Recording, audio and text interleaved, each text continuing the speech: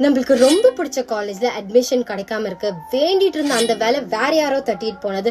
நம்ம கூடவே இருப்பேன், வாழ்க்கை ஃபுல்லா இருப்பேன்னு சொல்ற அந்த 4 வருஷ காதல யாரோ ஃப்ரெண்டு தட்டிட்டு போனது, இல்ல ஏமாத்தப்படுறது, ரிஜெக்ட் ஆனது. It's part of life. Rejection is part of life தான். இது வாழ்க்கையோட எண்ட் கிடையாது. ஏன்னா அவங்க உங்களோட பர்சனாலிட்டியை ரிஜெக்ட் பண்ணல, இந்த சூழ்நிலையில இது செட் ஆகாதுன்னு அப்படின்றத ஒரு மெச்சூரான ஒரு டிசிஷன் எடுத்திருக்காங்களே தவிர்த்து நீங்க அது ரொம்ப பர்சனலா ஒரு இன்டென்ஷனலா எடுத்துக்கிறீங்கன்றதுதான் ரியாலிட்டி. ஒரு பர்சன் உங்களுக்கு ரிஜெக்ட் ஆகுறாங்கன்னா எப்படி காதல் மாதிரியோ ரிஜெக்ஷனும் ஏத்துக்கிறதுக்கான மனப்பக்குவம் நம்ம டெவலப் பண்ணி தான் ஆகணும்.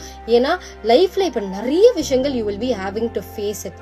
அதை விட்டுட்டு தண்ணி அடிக்கிறது, அழுகிறதுன்னு வாழ்க்கைய நொந்து போய் உட்கார்ந்துட்டு இருக்காதீங்க. ஒரு கிளி ஒரு பிரான்ச்ல உட்கார்ந்துட்டு இருக்குன்னா அது அதோட சிறகை நம்பிதாங்க உட்கார்ந்துட்டு இருக்கு. அந்த கொம்பு உடையவே உடையாதுன்னு எல்லாம் கிடையாது.